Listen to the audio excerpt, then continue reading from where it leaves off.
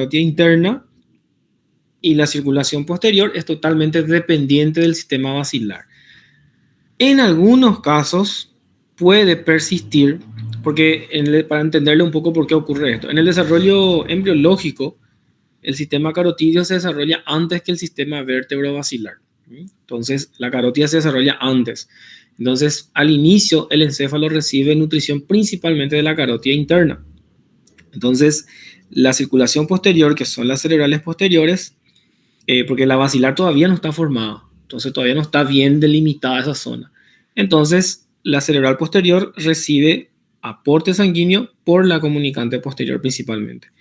Después, cuando se forma el sistema vértebro-basilar, las comunicantes posteriores es como que se atrofian, se quedan pequeñitas y sirven solamente como un puente que comunica ambos sistemas, ¿verdad? Permitiendo que haya un buen flujo siempre en el cerebro.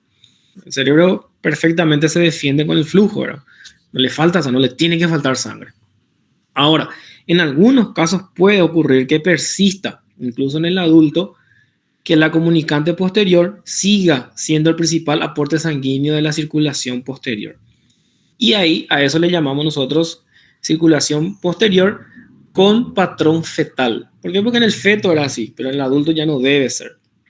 Eso como tal no es una enfermedad, tampoco es una malformación, es una variación, pero se ha visto que está relacionado en frecuencia con aneurismas cerebrales.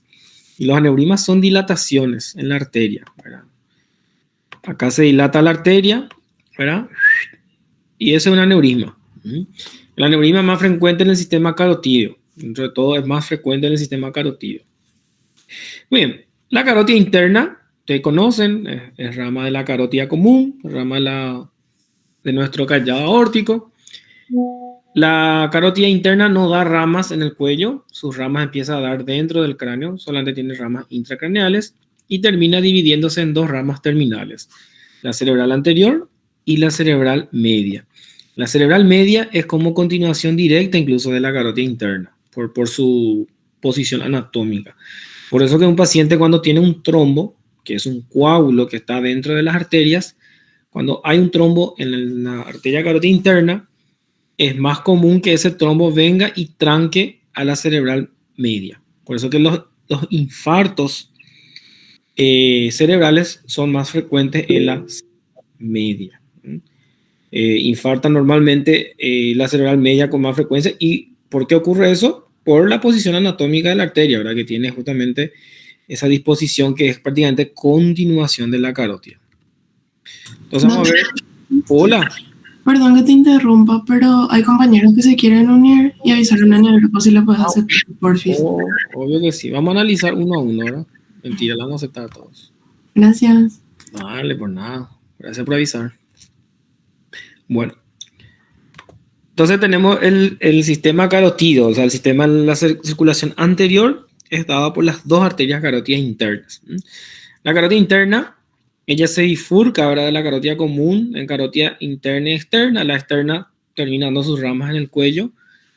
Y en la cabeza, la carótida interna, ella asciende, ingresa al cráneo por el canal carotídeo de la porción petrosa temporal, asciende hasta la cavidad craneana y allí termina dividiéndose en sus dos ramas terminales, ¿verdad? Que es la cerebral anterior y la cerebral media. La carótida interna se puede dividir en varias formas existen de dividirla. Esta es la más fácil de todas y es la prácticamente universal que usamos. Tenemos una carótida interna porción cervical, que es la porción que está en el cuello, una porción libre, no tiene ramas. Una porción petrosa, ¿verdad? Que sería la porción que estaría aquí dentro del hueso temporal, entonces la porción petrosa. Creo que alguien más quiere entrar. Un ratito vamos a aceptarla a todos. Vamos a aceptarla. ¿Verdad? Luego tenemos la carótida asciende a los lados de la silla turca, ahí está el seno cavernoso, pasa dentro del seno cavernoso, hace unas acodaduras aquí, acá, y eso le llamamos nosotros porción cavernosa, está dentro del seno cavernoso. Atraviesa el anillo dural, que es un anillo de dura madre que separa justamente el seno cavernoso de la cisterna carotidia como tal, y allí recién la carótida se hace cerebral o intracraneana. Dentro de la cavidad craneana, ahí se va a dividir otra vez en 3 segmentos, dependiendo de las ramas que vamos a ir viendo cuáles son. Entonces, a nivel petroso, da sus primeras ramas, que son las arterias carótido-timpánicas, que son principalmente para el oído interno, ¿verdad? En la porción cavernosa, que sería ya dentro del seno cavernoso, aproximadamente a este nivel aquí, donde está en rosadito, va a dar, por un lado, la arteria meningo-hipofisiaria, que como su nombre dice, va a la meninges y va a la hipófisis. La que va a la meninge se llama arteria meningia dorsal y la que va a la hipófisis sería la hipófisis inferior. Y una rama tentorial que va para el tentorio, ¿verdad? Que se dirige al tentorio. Justamente aquí, acá tenemos la rama, en este caso, la que va al tentorio, esta sería realmente la arteria tentorial, que también se la conoce popularmente como arteria de Bernasconi-Casinari. Clásico en neuro. ¿Por qué clásico? Porque esta arteria, si se lesiona la arteria Bernasconi-Casinari, isquemia todo lo que es ¿cómo vamos a decir? Nuestra tienda. Y en la tienda tenemos nosotros algunos pares craneales, entonces se puede afectar incluso la circulación de los pares craneales. Y también en la cirugía, si yo desconozco la presencia de esta arteria, sin querer puedo lesionar y voy a tener un sangrado así bastante importante. Entonces por eso es importante conocer a las ramas de la carótida en sus distintas porciones. Luego, una vez que la arteria asciende por encima del seno cavernoso, inicia la porción intracraneana, que se divide en 3 porciones según las ramas que da. Tenemos la arteria oftálmica, que como su nombre lo dice todo, va al ojo. Tenemos la arteria comunicante posterior, que es la que se comunica con la circulación posterior, y tenemos la última rama, acá, la última rama, que sería la arteria coroidea anterior. Esa es la última rama colateral de la carótida interna. Después la carótida interna ya se divide en cerebral anterior y cerebral media. Entonces, en la porción cervical no hay ramas. En la porción petrosa tenemos las arterias carótidas timpánicas. En la porción cavernosa tenemos nosotros todo lo que es para el tentorio, en el caso de las ramas tentoriales. Y vamos a tener la arteria meningo-hipofisiaria, ¿verdad? Que va a dar una rama meningia, que es la rama dorsal, y la hipofisiaria inferior. La porción ya intracraneana o porción cerebral, tenemos la arteria oftálmica, que nace por debajo del nervio óptico, y cruza y entra al ojo, a la cavidad orbitaria por debajo del nervio óptico. La comunicante posterior y por último la coroidea anterior. La coroidea interior es la arteria que entra en la fisura coroidea en el asta temporal del ventrículo lateral y va a irrigar a los plexos coroideos. Aquí un detalle, la carótida interna en la porción cerebral, nosotros dividimos en 3 segmentos, que son los segmentos según las arterias que nacen. Por ejemplo, desde el nacimiento de la arteria oftálmica hasta antes del nacimiento de la comunicante posterior, a esta porción se le conoce porción oftálmica o segmento oftálmico de la carótida interna. Desde el nacimiento de la comunicante posterior hasta antes del nacimiento de la coroidea anterior, se le conoce como segmento comunicante.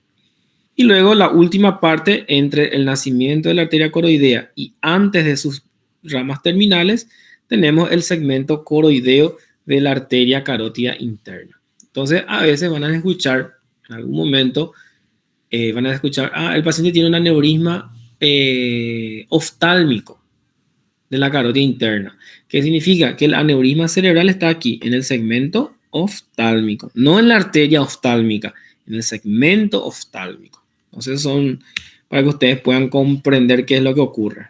Entonces aquí la arteria oftálmica nace de la carótida interna, en este caso es la primera rama de la porción cerebral. De la oftálmica, de la arteria oftálmica, puede nacer directamente una rama que es la arteria hipofisiaria superior, como ven aquí. A veces puede nacer directamente de la carótida, pero más frecuentemente nace de la oftálmica. la hipofisaria superior. La arteria cruza por debajo del nervio óptico, pasa lateralmente y entra a la cavidad orbitaria. Y allí, obviamente, se va a encargar de nutrir las estructuras del ojo. La comunicante posterior es la que nace a continuación de la oftálmica, ¿verdad? La siguiente rama.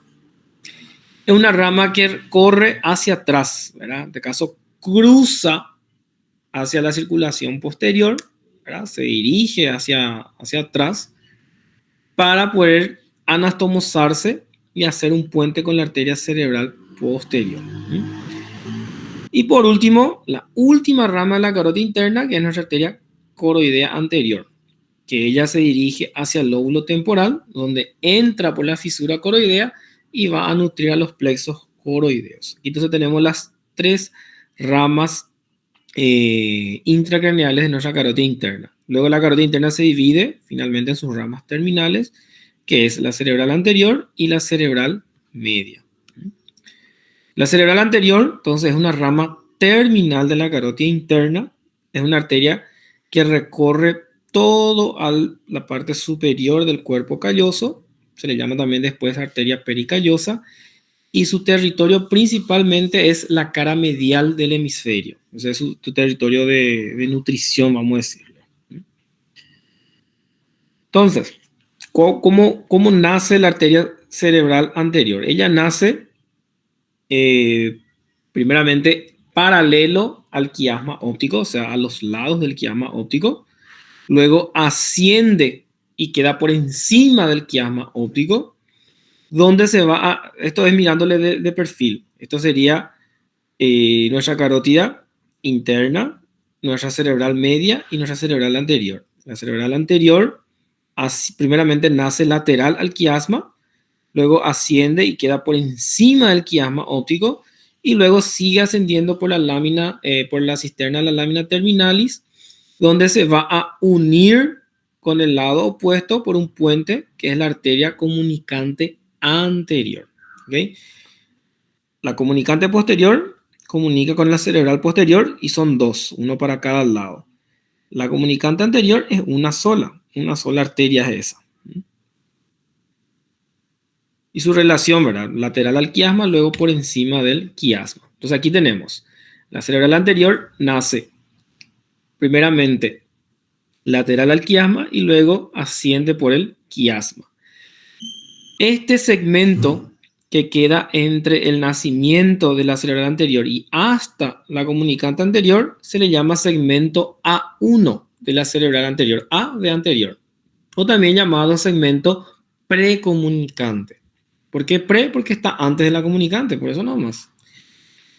Desde la porción que asciende por encima del quiasma, donde ya se comunicaron las cerebrales anteriores, todo lo que está por encima se conoce como segmento A2 o segmento poscomunicante. Y esta es la que asciende ya por delante de la rodilla del cuerpo calloso y ya se dirige allá arriba. Y un dato importante. La porción A2, que sería el segmento postcomunicante, de ella nace frecuentemente esta arteria, que llamamos nosotros arteria recurrente de Heubner. Esta arteria que nace del segmento A2, puede también nacer del segmento A1, es variable, nace el segmento A2 y desciende otra vez hacia abajo.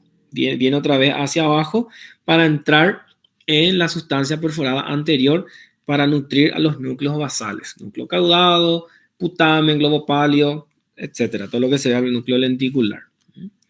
Entonces aquí tenemos, esta es nuestra cerebral anterior, segmento precomunicante, postcomunicante, que sería A2. Cuando se coloca por delante de la rodilla del cuerpo calloso, ahora empieza a llamarse segmento A3, que se conoce como arteria pericallosa. Eso sería por delante de la rodilla.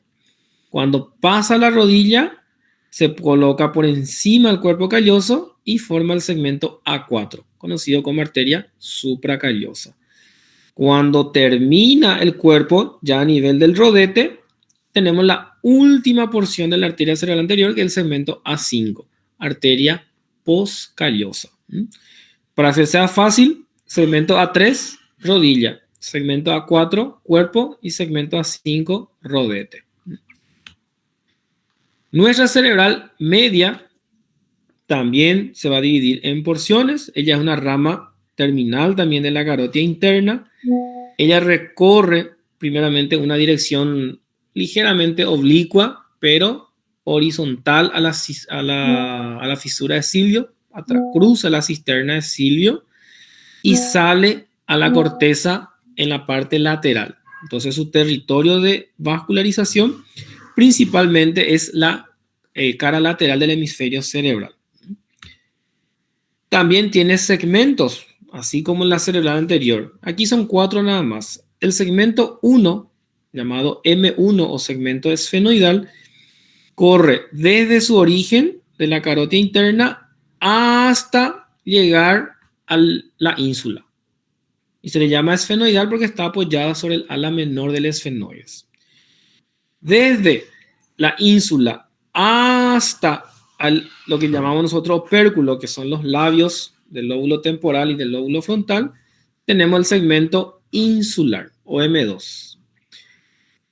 Luego tenemos el segmento opercular, que es el que realmente corre por dentro del opérculo, que son justamente los labios que forma el giro frontal inferior con el giro temporal superior.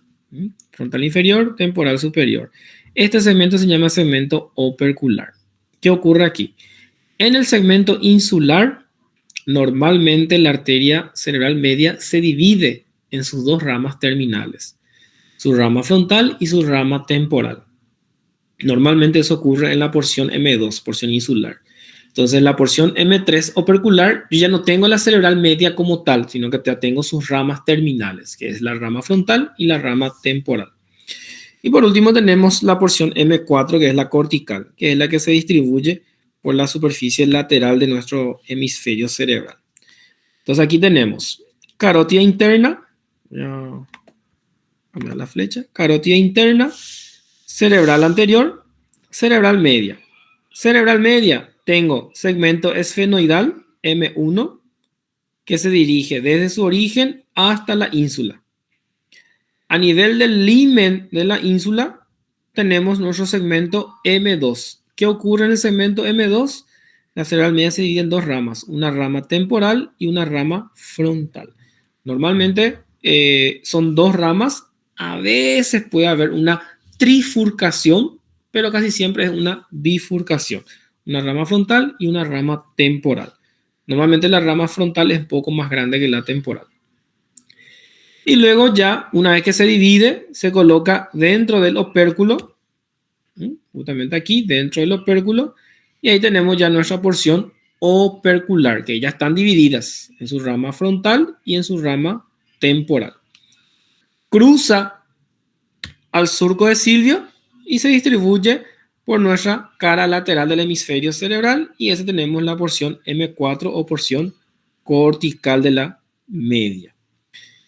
Luego tenemos nuestra circulación posterior, ¿verdad? Nuestro sistema vértebro-basilar constituye lo que va a ser toda la irrigación, toda la nutrición de nuestro cerebro posterior, incluyendo al tronco, obviamente, incluyendo al cerebelo y a lo que sería la parte de los lóbulos, la parte más posterior, nuestro lóbulo occipital y parte de la cara interna de nuestros lóbulos temporales.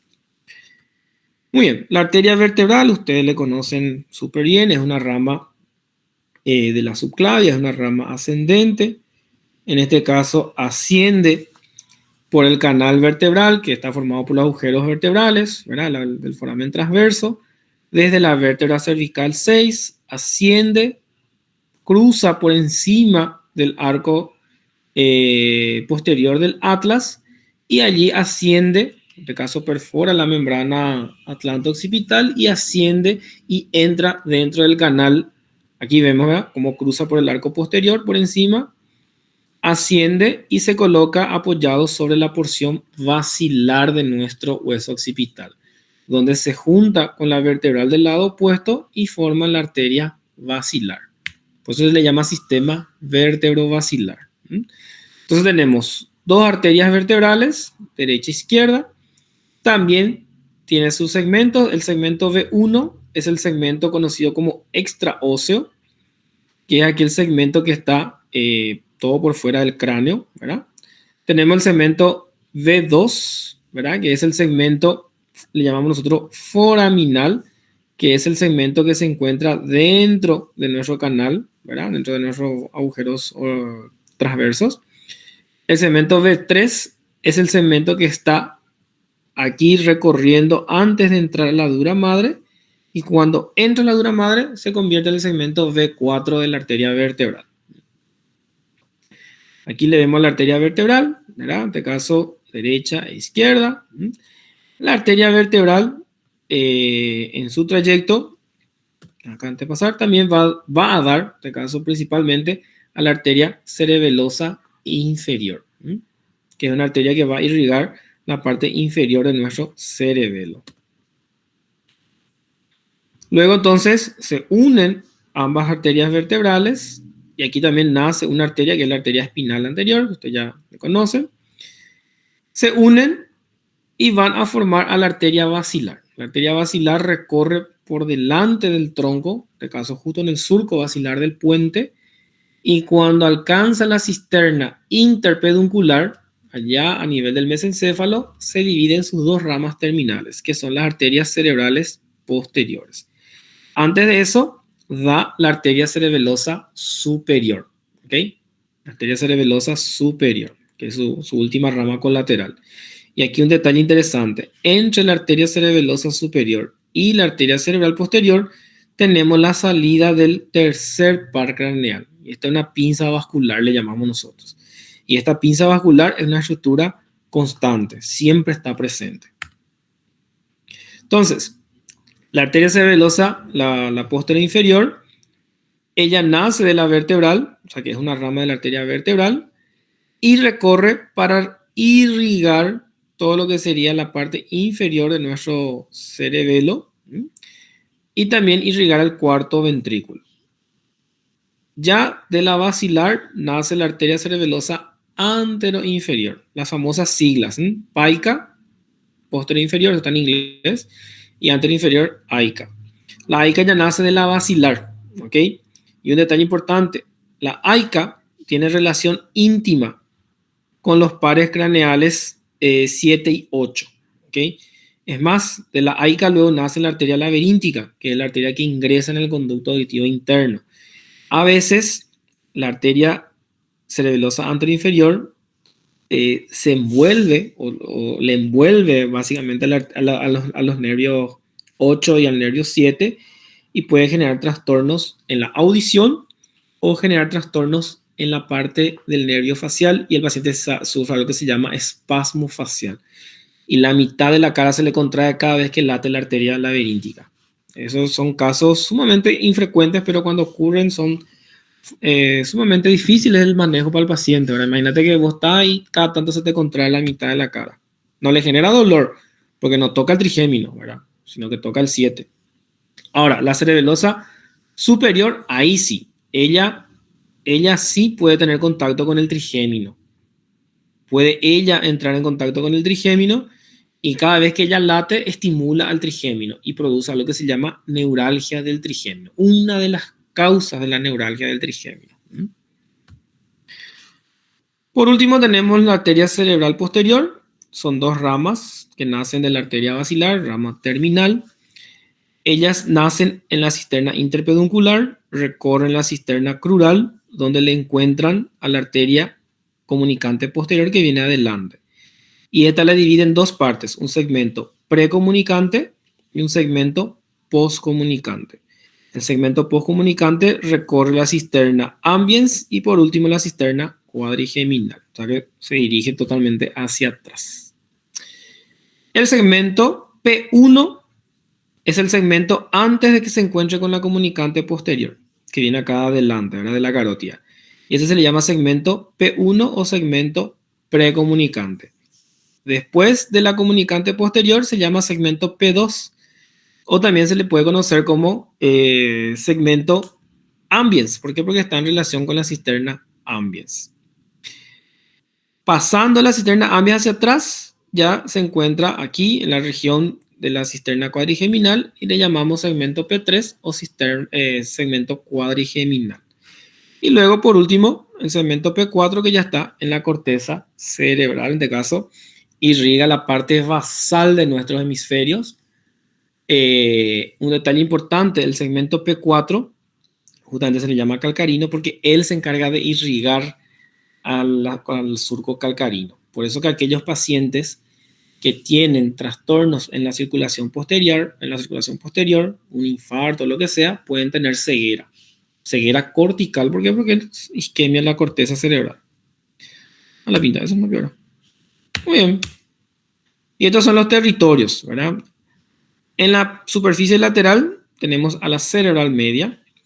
En la superficie medial tenemos a la cerebral anterior. Y en la superficie basal tenemos a la cerebral posterior. Esos son los tres grandes territorios de nutrición. Y esto es un detalle importante porque en los infartos cerebrales, normalmente los infartos son por territorios.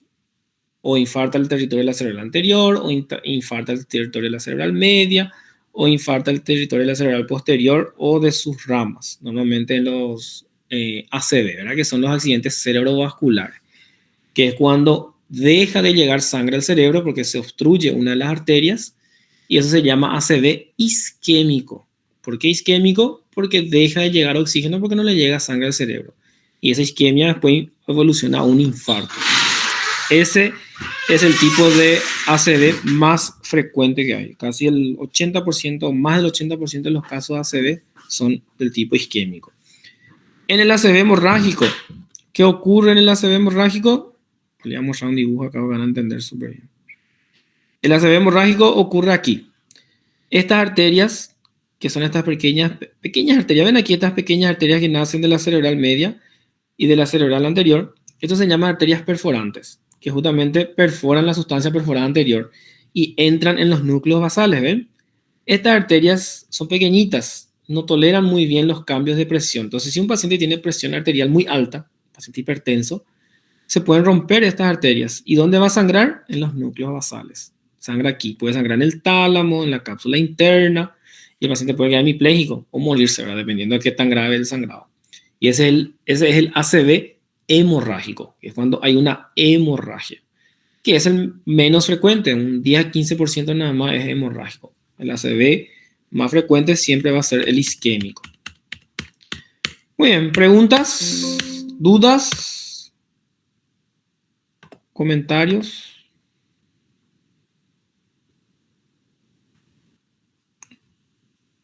¿Alguien quiere preguntar algo? Muy bien, tanto o se durmieron todo, o se entendió todo, o no se entendió nada. Súper bien todo, doctor. Ah, bueno, está bien, está bien. Entonces voy a coordinar con el señor Alan y la señorita Vanessa la última clase que va a ser pares. Quiero que sea esta semana, ¿verdad? Entonces la otra semana solo práctica y ya no nos metemos al parcial.